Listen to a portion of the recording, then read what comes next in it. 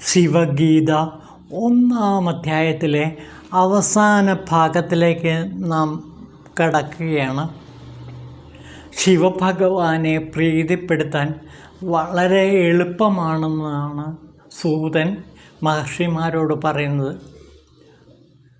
ഒരു കുവളത്തിൻ്റെ ഇലയോ അല്ലെങ്കിൽ അല്പം ജലമോ നൽകി ശിവനെ പ്രീതിപ്പെടുത്താൻ കഴിയും.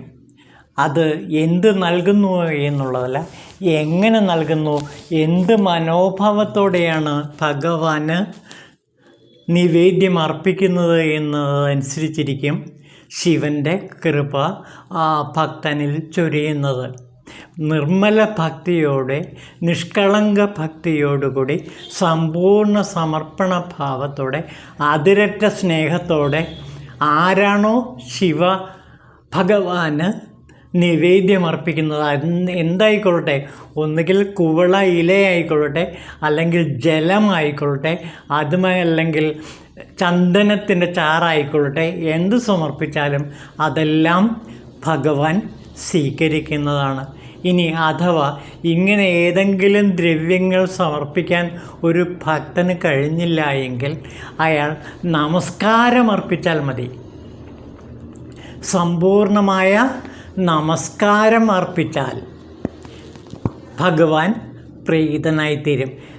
അതുമല്ലെങ്കിൽ ഭഗവാനെ അദ്ദേഹത്തെ മനസ്സിൽ ധ്യാനിച്ചാൽ മതി.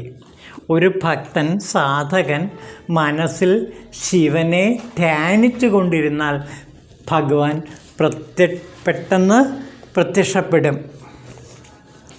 അതേപോലെ ഒരു പിതാവിനെ അല്ലെങ്കിൽ ഒരു രക്ഷകനെ എപ്രകാരമാണോ സമീപിക്കുന്നത്, അതേപോലെ ഭക്തൻ ശിവനെ സമീപിച്ചാലും മതി.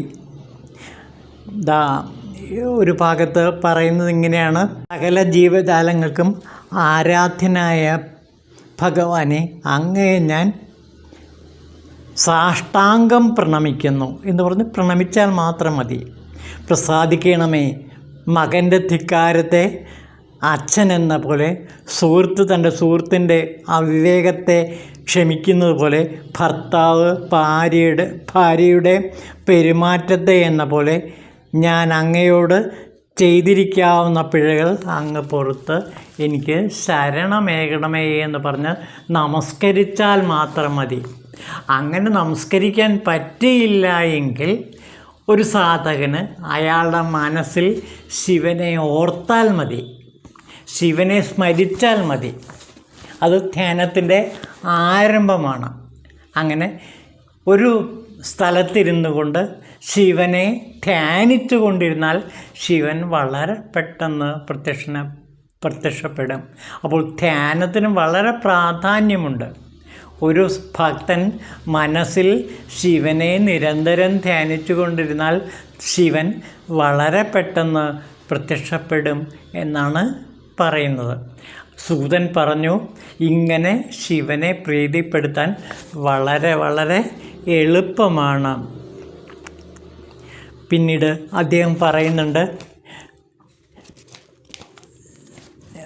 അഗസ്ത്യ മഹർഷി ദണ്ഡകവനത്തിൽ ചെന്നിട്ട് ശ്രീരാമന് വിരാജദീക്ഷ പറഞ്ഞു കൊടുത്തു എന്നാണ് പറയുന്നത്. ഇതിലെ വളരെ പ്രധാനപ്പെട്ട ഒരു ഭാഗമാണ് വിരാജദീക്ഷ. അഗസ്ത്യ മഹാമുനിയാണ് ശ്രീരാമചന്ദ്രന് വിരാജദീക്ഷ കൊടുത്തത്. അത് എന്തിനു വേണ്ടിയിട്ടാണ്? ശിവനെ പ്രത്യക്ഷപ്പെടുത്താൻ വേണ്ടിയിട്ടാണ്. അപ്പോൾ ശിവനെ പ്രത്യക്ഷപ്പെടുത്താനുള്ള ഏറ്റവും പ്രധാനപ്പെട്ട ഒരു ദീക്ഷാക്രമമാണ് വിരാജദീക്ഷ. വിരാജദീക്ഷയിൽ അഗസ്ത്യ മഹാമുനി പറയുന്നത് ഭസ്മം ധരിക്കണം.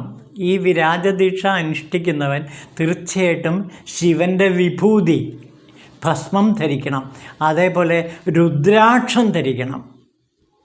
എന്നിട്ട് രുദ്രാക്ഷവും ധരിച്ചുകൊണ്ട് ഏതെങ്കിലും ഒരു സ്ഥലത്തിരുന്നിട്ട് ശിവൻ്റെ 1000 നാമങ്ങൾ പ്രകീർത്തിക്കണമെന്നാണ് പറയുന്നത്. 1000 നാമങ്ങൾ പ്രകീർത്തിച്ചാൽ, ശിവൻ്റെ സഹസ്രനാമം പ്രകീർത്തിച്ചാൽ ശിവൻ പ്രത്യക്ഷപ്പെടും എന്ന് പറഞ്ഞിട്ട് വിരാജദീക്ഷ ഇവിടെ പ്രധാനപ്പെട്ട ഒരു ദീക്ഷയാണ് വിരാജദീക്ഷ. ആ വിരാജദീക്ഷ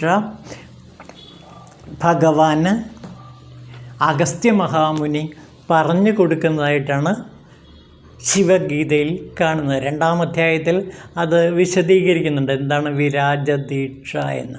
അപ്പോൾ 1000 സഹസ്രനാമങ്ങൾ ചൊല്ലുക എന്നുള്ളത് വളരെ പ്രധാനപ്പെട്ടതാണ്. വിരാജദീക്ഷ എന്നത് കൊണ്ട് ഉദ്ദേശിക്കുന്നത്, അതായത് സന്യാസത്തിന് മുമ്പുള്ള ഒരു ഹോമം ചെയ്യുന്നുണ്ട്. അതിന് വിരാജഹോമം എന്നാണ് പറയുന്നത്. വിരാജഹോമ മന്ത്രം ജപിക്കും. അതായത് ഈ ലൗകിക സുഖങ്ങളെല്ലാം, ലൗകിക ജീവിതത്തിലെ എല്ലാ ബന്ധങ്ങളെയും വിച്ഛേദിച്ചു കൊണ്ടുള്ള ഒരു പ്രതിജ്ഞയാണ് ഈ വിരാജഹോമം. ലൗകിക ജീവിതത്തിലെ ഒരു ബന്ധവും ഇനി എനിക്കില്ല, അതെല്ലാം ഞാൻ ഈ അഗ്നിയിൽ ഹോമിക്കുന്നു എന്ന് പറഞ്ഞ് എല്ലാ ബന്ധങ്ങളെയും, ഈ ലോക ജീവിതത്തിലെ എല്ലാ ബന്ധങ്ങളെയും അഗ്നിയിൽ ഹോമിക്കുന്ന ഒരു ചടങ്ങാണ് വിരാജഹോമം. വിരാജഹോമത്തിലൂടെ ഒരാൾ സന്യാസ ജീവിതത്തിലേക്ക് പ്രവേശിക്കുകയാണ്. അതോടെ അയാളുടെ ജീവിതത്തിൽ ലൗകികമായ ഒരു ബന്ധവും പിന്നെ അയാൾക്കുണ്ടാകുന്നില്ല. അതുതന്നെ വിരാജദീക്ഷയിലും ഇതുതന്നെ സംഭവിക്കുന്നു. വിരാജദീക്ഷയിലൂടെ ലൗകിക ബന്ധങ്ങളുടെ നിരർത്ഥകതയെക്കുറിച്ചിട്ട് അറിഞ്ഞിട്ട് അവസാനം ഈ ലൗകിക ബന്ധങ്ങളെല്ലാം ഉപേക്ഷിക്കുന്ന ഒരു രീതി വിശേഷമാണ് വിരാജദീക്ഷയിൽ കാണുന്നത്. ഇത് ശ്രീരാമചന്ദ്രന് ഉപദേശിച്ചത് അഗസ്ത്യ മഹാമുനിയാണ്.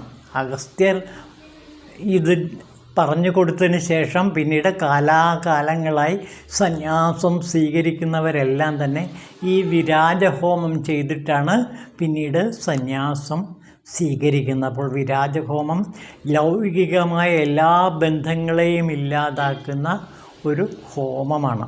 ആ ഹോമത്തിലൂടെ തൻ്റെ ബന്ധങ്ങൾ അത്രയും അഗ്നിയിൽ സമർപ്പിച്ച് സ്വാതന്ത്ര്യം പ്രഖ്യാപിക്കുകയാണ് ഒരു സാധകൻ ചെയ്യുന്നത്. അതോടെ അയാൾ സന്യാസ ജീവിതത്തിലേക്ക് പ്രവേശിക്കുന്നു. ഇതാണ് ഈ 1-ാം അധ്യായത്തിലെ പ്രധാനപ്പെട്ട കാര്യങ്ങൾ. അപ്പോൾ ശിവനെ പ്രസാദിപ്പിക്കാൻ വളരെ എളുപ്പമാണ്. നമ്മൾ സമ്പൂർണ്ണ സമർപ്പണ ഭാവത്തോടെ അങ്ങേയറ്റത്തെ സ്നേഹാദരങ്ങളോടെ ഒരു കുവളത്തിൻ്റെ ഇല സമർപ്പിച്ചാൽ മതി, അല്ലെങ്കിൽ അല്പം ജലം സമർപ്പിച്ചാൽ മതി. അതോടെ ശിവൻ പ്രത്യക്ഷപ്പെടും. അതുമല്ലെങ്കിൽ നമസ്കാരം ചെയ്താൽ മതി. ഈ നമസ്കാരം ചെയ്യാനും സാധ്യമല്ല എങ്കിൽ മനസ്സിൽ ശിവനെ വിചാരിച്ചാൽ മതി. മനസ്സിൽ ശിവനെ വിചാരിക്കുന്നതോടെ ശിവൻ പ്രത്യക്ഷപ്പെടുകയും അയാൾക്ക് 3 ലോകങ്ങളിലെ സുഖവും നൽകുകയും ചെയ്യുമെന്നാണ് സൂതൻ ഈ സന്യാസി ശ്രേഷ്ഠന്മാരോട് പറയുന്നത്. അപ്പോൾ ശരിക്കും ബ്രഹ്മർഷിമാരോട് സൂതൻ പറയുന്ന ഏറ്റവും പ്രധാനപ്പെട്ട കാര്യം ഇതാണ്: ശിവനെ മനസ്സിൽ വിചാരിക്കുക, മനസ്സിൽ ധ്യാനിക്കുക. ധ്യാനത്തിലൂടെ ശിവൻ വളരെ പെട്ടെന്ന് പ്രത്യക്ഷപ്പെടും. അപ്പോൾ ശിവധ്യാനം വളരെ വളരെ പ്രധാനപ്പെട്ടതാണ് ശിവപ്രീതിക്ക്. ശിവപ്രീതിക്ക് വേണ്ടി ധ്യാനത്തിലൂടെ ശിവനെ വളരെ പെട്ടെന്ന് പ്രത്യക്ഷപ്പെടുത്താൻ കഴിയും. അല്ലെങ്കിൽ ഒരു നമസ്കാരം അർപ്പിച്ചാൽ മതി. നമസ്കാരം തന്നെ പല വിധത്തിലുണ്ട്. അതിലെ ഏറ്റവും ഉത്തമം എന്ന് പറയുന്നത് സാഷ്ടാംഗ നമസ്കാരമാണ്. സാഷ്ടാംഗ നമസ്കാരത്തിലൂടെ 8 അംഗങ്ങളും ഭഗവാന് സമർപ്പിക്കുന്ന ഒരു പ്രക്രിയയാണ് അതിൻ്റെ പിന്നിലെ മനോഭാവം. ഇതാണ് 1-ാം അധ്യായത്തിൽ, ശിവഗീതയിലെ 1-ാം അധ്യായത്തിൽ സൂതൻ തൻ്റെ അടുത്ത് വന്നിരിക്കുന്ന ബ്രഹ്മർഷിമാർക്ക് ശിവഗീത ഉപദേശിക്കുന്നതിന് ആരംഭമായിട്ട് പറയുന്ന ഒരു ജനറൽ ഇൻട്രൊഡക്ഷൻ. ഓം ശിവായ നമഃ.